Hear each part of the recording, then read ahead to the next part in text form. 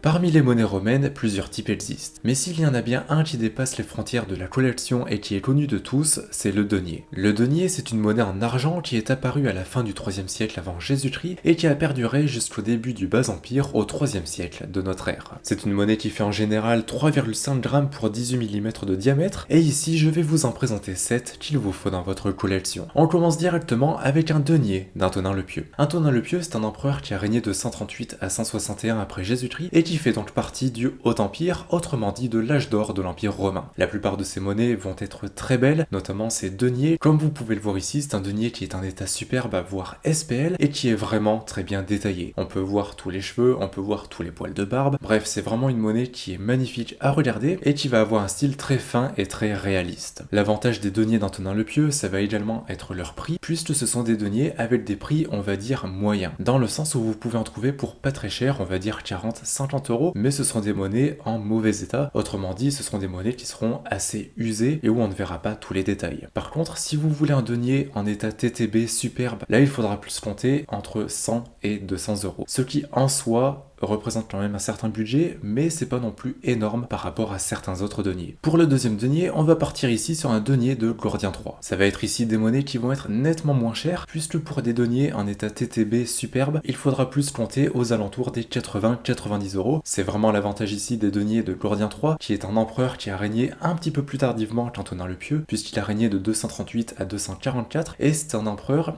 qui était à la croisée des chemins, on va dire, entre le Bas-Empire et le Haut-Empire. Résultat, ces deniers ne sont pas forcément les plus beaux et surtout ne sont pas ceux de la meilleure qualité. En effet, les deniers de Gordien III vont être en argent à faible titre, autrement dit à 500 pour 1000, voire à 550 pour 1000. Alors c'est le problème des deniers de Gordien III, ce sont de belles monnaies, mais avec un argent qui va être assez pauvre, mais par contre, eh bien ça se ressent dans le prix, puisque ce sont des monnaies qui ne vont pas coûter très cher, et si jamais vous n'avez pas beaucoup de budget, ce sont des monnaies qui vont être trouvables dans des états un petit peu usés, eh bien pour 40-50 € environ. Pour le troisième denier, on va partir sur un denier un petit peu similaire au denier de Gordien III, puisqu'on est ici sur un denier de Caracalla. Les avantages des deniers de Caracalla et les inconvénients, eh bien ça va être les mêmes que les deniers de Gordien III. C'est-à-dire que ce sont des monnaies qui ne vont pas coûter forcément très cher, vous pouvez en avoir pour une cinquantaine d'euros pour des états on va dire moyens, et vous pouvez en trouver en très très bel état, mais vraiment en très bel état, pour une centaine d'euros. Mais le problème, eh bien c'est que ce sont des monnaies qui ne vont pas être dans un argent vraiment très pur. En général, ce sont des monnaies à 550 pour 1000, et d'ailleurs on est ici au tout début du Bas-Empire, on est vraiment au moment où l'Empire romain a pivoté, puisque Caracalla a régné de 211 à 217. Donc on est au tout début du 3e siècle, et c'est à ce moment-là que l'âge d'or de l'Empire romain était terminé, que les grandes crises du 3e siècle vont commencer, et que ça va déboucher sur le Bas-Empire. Mais ici, les deniers de Caracalla, au même titre que les deniers de Gordien III, ce sont des monnaies que je vous conseille si vous souhaitez avoir des belles monnaies, pas forcément de la meilleure pureté, mais avec un budget quand même assez raisonnable. Pour le quatrième denier, on va repartir sur un denier du Haut-Empire, puisqu'on est ici sur un denier de Vespasien. Vespasien, c'est un empereur qui a régné de 69 à 79, et qui est arrivé dans un moment où l'Empire était en pleine crise, et il a permis bien, de relever l'Empire romain, et surtout, il a su garder un règne assez stable pendant une dizaine d'années, ce qui n'avait pas été vu depuis plusieurs années à ce moment-là. Après les monnaies de Vespasien, c'est l'avantage bien, de cet empereur, c'est que ce sont des monnaies assez abondantes. Les deniers de Vespasien ne sont pas du tout rares, et résultat, ça ne va pas coûter vraiment très cher. Par contre, ce sont des monnaies qui ont énormément circulé, résultat, ce sont des monnaies qui vont être quand même assez usées. À la fois, ça va être un inconvénient parce qu'elles sont usées,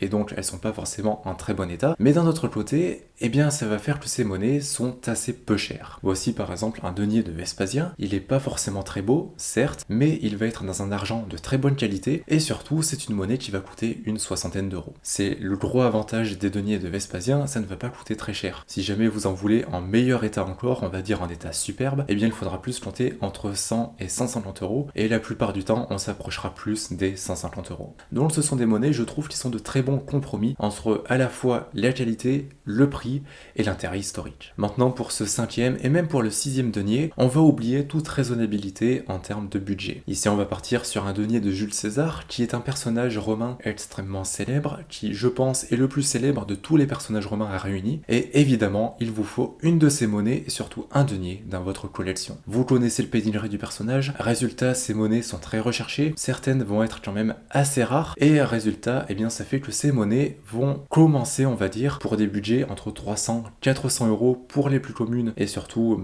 pour les plus usées, jusqu'à plusieurs dizaines de milliers d'euros pour les monnaies les plus belles en termes d'état et les plus rares. Ici, je vais vous présenter notamment deux deniers, celui-ci qui est un denier assez peu cher et celui-là qui va être commun mais en meilleur état. On va commencer avec le premier, c'est un denier déjà qui est fourré, ce qui fait perdre un petit peu de valeur, et surtout c'est un denier qui va être, quand même vous pouvez le voir, assez usé. Également c'est un denier qui va faire partie des plus communs de Jules César, et résultat ça va être une monnaie entre guillemets abordable pour un denier de César, puisqu'ici il faudra compter dans les 400 euros pour l'acquérir. Donc on est vraiment sur une monnaie qui va être d'entrée de gamme pour un denier de Jules César. Et c'est vraiment une monnaie que je vous conseille si vous ne voulez pas dépenser trop d'argent, mais si vous voulez à tout prix un denier de Jules César. Après on va avoir ce deuxième là, ici c'est un denier qui va être un petit peu plus rare, qui va être classé en R1, donc c'est une monnaie on va dire peu commune, et surtout c'est une monnaie qui va être magnifique puisqu'elle est classée en état superbe et TTB. Vous pouvez le voir, mais sur l'avers on a vraiment de très beaux détails, et ici pour cette monnaie et pour cet exemplaire bien précis, il faut compter 1300 euros. De manière générale, on va vraiment avoir deux types de monnaies et deux types de deniers avec César. D'un côté les deniers qui vont coûter 400-500 euros, et ensuite ceux qui vont coûter, on va dire, aux alentours des 1500 euros. Si je devais vous donner un seul conseil, c'est vraiment de suivre votre budget et d'acheter une monnaie qui correspond à ce que vous pouvez vous permettre de dépenser. Et enfin pour ce 7e denier, ici on va partir sur un denier d'Auguste. Auguste, c'est le premier empereur romain, c'est le fondateur de l'Empire romain, il a régné de -27 à +14, et avoir un denier du fondateur de l'Empire romain, je pense que c'est quand même assez important. Ici on va avoir une très grande variété de deniers différents, on va en avoir des communs, des rares, des usés et des très beaux, et forcément le budget va varier en fonction de tous ces deniers là. Mais en général pour un denier d'Auguste, il va falloir dépenser entre 200 et 300 euros. Pour un tel budget, vous aurez par exemple un denier d'Auguste avec Caius et Lucius, qui est un denier peu commun, qui va être classé en R1. C'est un denier que personnellement je trouve assez beau et qui va être quand même assez intéressant. Après il va y avoir d'autres deniers qui existent, qui vont être beaucoup plus rares, mais la plupart du temps, on va dire pour un budget de 300 euros,